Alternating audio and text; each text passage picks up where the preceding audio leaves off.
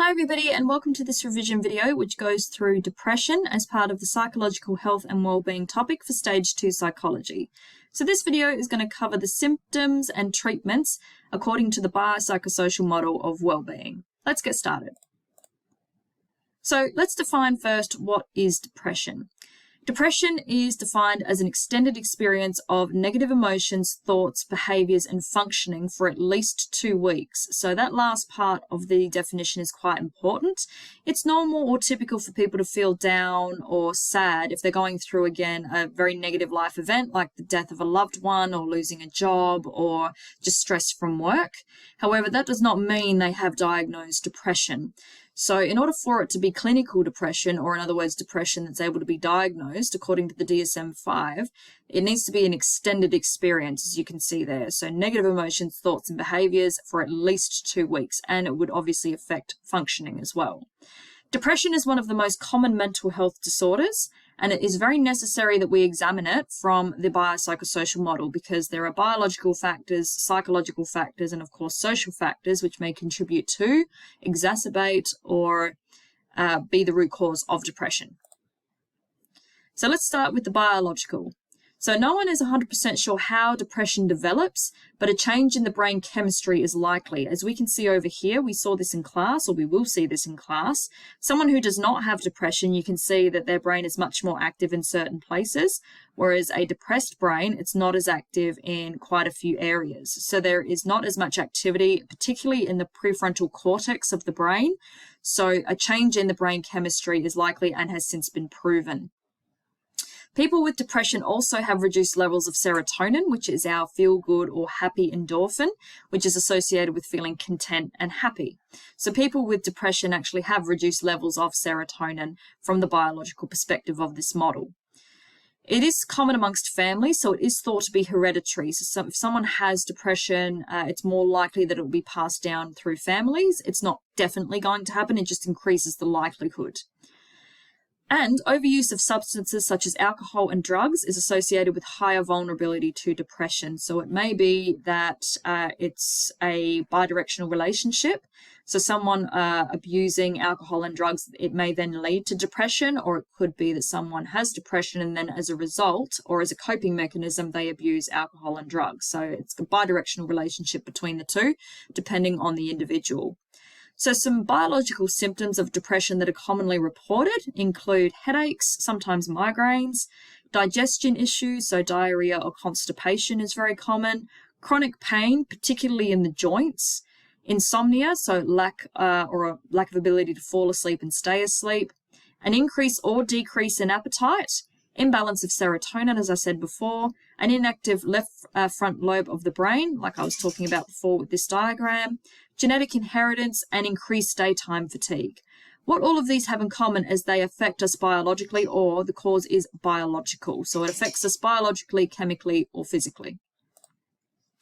Looking at the psychological factors now of depression, we know that the psychological factors include universal concepts, so things like emotion, perception, memory, etc., that are universal across all humans, but it also includes the individual differences. So we're going to look at both of those aspects of the psychological part of the biopsychosocial model.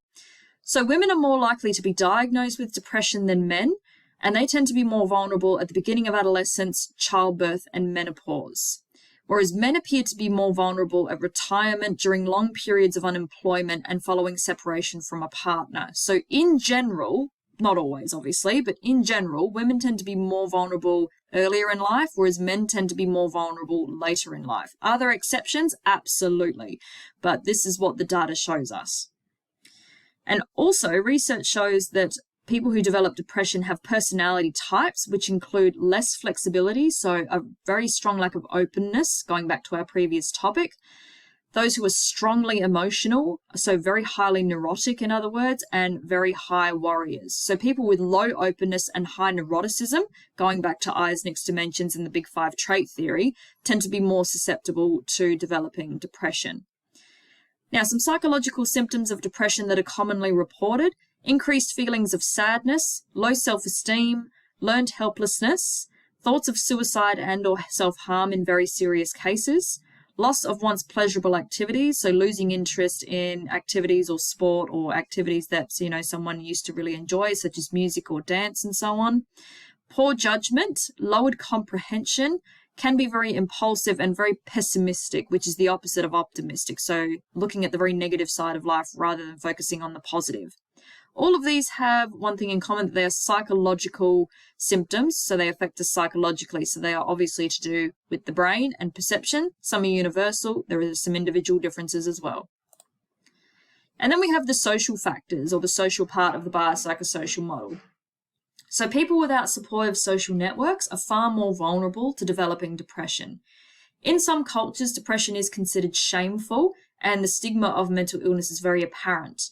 In Australia, we've come a long way in reducing the stigma of mental health and depression in particular.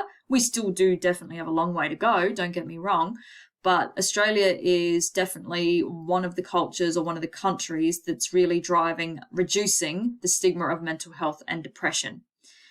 There are several social factors that can exacerbate or cause depression, such as natural disasters, COVID-19 obviously, family death and conflict, and the list goes on. So it could be a social factor that actually causes or exacerbates depression in some instances. So some social symptoms or factors that affect depression: diminished involvement with others, strained relationships with family and friends, a loss of social skills because of the two symptoms above or the two factors above, inappropriate or maladaptive social behaviours, and the victim or the perpetrator of certain types of abuse. So the good news is that there are various treatments for depression, again, coming from different perspectives of the biopsychosocial model. So let's look at the biological treatments for depression first. The most common are antidepressant medication. So there's actually several different types of antidepressants. The most common ones in Australia are what's called selective serotonin reuptake inhibitors, or SSRIs. So these help to enhance the function of nerve cells in the brain that regulate emotion. So to correct the amount of serotonin that's being released and overall promote a sense of well-being. Because as we know, as we've already talked about in this video, people who have depression often have lower levels of serotonin than what's considered normal. So SSRIs help to enhance the function of the nerve cells and help to regulate the amount of serotonin in one's system. There is also electric shock therapy or electroconvulsive therapy, hence ECT. This involves passing a carefully controlled electric current through the brain, which affects the brain's activity with the aim of reducing very severe depressive symptoms. So in my previous video on the history of mental illness, early ECT was obviously very unsafe and very inhumane. However, modern day ECT is very safe. There is a risk factor, however, of reducing memory. So short-term memory loss is a side effect. So it's only used when absolutely necessary and is often used as a last resort. So if a person has gone through different types of medication and other treatments we'll talk about with limited success, then ECT would be looked at as an option. So let's talk about the advantages and disadvantages of the biological treatments for depression. So medication has a lot of advantages. It can allow people to function day to day far more effectively. So it may allow people to be able to have enough energy to go to work, go to school, and be able to function day to day and really help them with getting through the major symptoms of depression, which is excellent.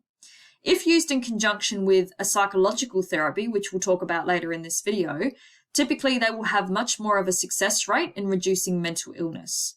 The good news is in Australia is that there are several antidepressants that are readily available and for the most part are quite affordable. Having said that, there are some disadvantages to medications as well. A lot of antidepressants may have negative side effects, so this could include headaches or tummy disturbances, so digestion complaints, and in some instances, the risk may be that it makes the depressive symptoms worse. That is a risk factor with certain medications. They can become addictive, so one type of medication called benzodiazepines, which is typically more so for anxiety and sleep disorders, can be used sometimes for depression as well, can become highly addictive. So antidepressants, SSRIs, are definitely used more so in the treatment of depression because benzos, I'll talk about this in another video when we come to anxiety, are very, very addictive as they're muscle relaxants. So benzodiazepines should only be used in the short term, and other types of medication may become addictive as well. It may take several trials of different medications to find the right one, as well as the right dosage. So it may be a case of trial and error with certain brands and certain active ingredients to find the right balance for that individual. So one dose and one medication may work wonderfully for one person, but may be detrimental to the next. So it really is finding the right mix and the right medication and dosage for the right person. So trial and error may be involved. And it can take a very long time to work. So people may only start to see an improvement or any sort of difference at all after 2 weeks or more. Sometimes it can take up to 2 months or 3 months for the effects to really be seen to their fullest. So advantages and disadvantages of ECT. The advantages are that modern day ECT is very, very safe. It is delivered by trained health professionals and it has a very, very high success rate. And it's very effective in treating very severe mental illnesses, including depression and also PTSD. The disadvantages are that it is a very intrusive and invasive procedure. It does require a general anesthetic, which can be very confronting for certain individuals. Again, it can cause memory problems due to the changes in the brain and the currents changing the neurons and obviously changing how a person may think and process information. And the risk is that it may not work. So even though it is an intrusive procedure and it does have a high success rate, it may not work for everybody. So treatments for depression from the psychological perspective of the model. Cognitive behavior therapy, or CBT, is a structured psychological treatment which recognizes the way we think, which is our cognition, and the way that we act, which is our behavior, affects the way that we feel. So if we can challenge our cognition, it should lead to a change in our behavior, and then that will obviously lead to how we feel or a change in the way we feel when it comes to depression. CBT involves a professional therapist to identify thoughts and behavior patterns that may make someone more likely to be clinically depressed. CBT is one of, if not the most effective treatment for depression and is useful for all age groups and can be applied to a wide range of demographics. Similar to CBT is IPT, or interpersonal therapy, which focuses on problems with personal relationships and the impact that they can have on developing depression. So CBT is more individual, one-on-one with a therapist, whether interpersonal therapy is working with a group, so working with the client themselves and also their family and loved ones or whoever else is relevant. So IPT helps to recognize patterns in relationships that make people more vulnerable to depression, and by identifying patterns can help the client improve on these relationships, hence reduce symptoms of depression in the future. So advantages of cognitive behavior therapy include that there's evidence for longer, more extended success. It is the most recognized treatment along with medication for treating depression. The client can use the strategies that they learn in CBT again if symptoms resurface, so breathing exercises and challenging negative thoughts. A person who has done CBT before can use the strategies again that they learn in CBT if symptoms resurface in the future. And again, like I said, it's available to all age groups and demographics, both men and women, young and old, across a variety of cultures. Some disadvantages of cognitive behavior therapy, however, include that sometimes it's very difficult to change the thought process for very severe depression and or anxiety or another mental health condition. So because of that, it can be very time consuming and it can lead to becoming very, very expensive. So if someone's not on a mental health care plan, or they don't have concession, or they don't have government subsidy anymore, something like that, it can be very, very expensive for them to continue the therapy. It can also be very confronting being diagnosed formally with a mental health disorder, and that may make the depression in the short term worse rather than better. So treatments for depression in terms of the social aspect of the biopsychosocial model include support groups and services. So belonging to a recognised support group for depression from Headspace or Beyond Blue or Lifeline or Movember is seen to have very positive results. So hearing and talking to others who know what the client is going through promotes feelings of belonging and not being alone. Now, because of COVID-19, these are done predominantly online, but they can also be done in person. But because of COVID-19, online support groups have really risen significantly in numbers, and it often can be less confronting than doing it face-to-face for people as well. So a lot of people find a lot of benefit from being involved in a recognised online support group by these organisations. So That covers depression in terms of the symptoms and the treatments from the biopsychosocial model for this video. As always, if you have any questions, please let me know.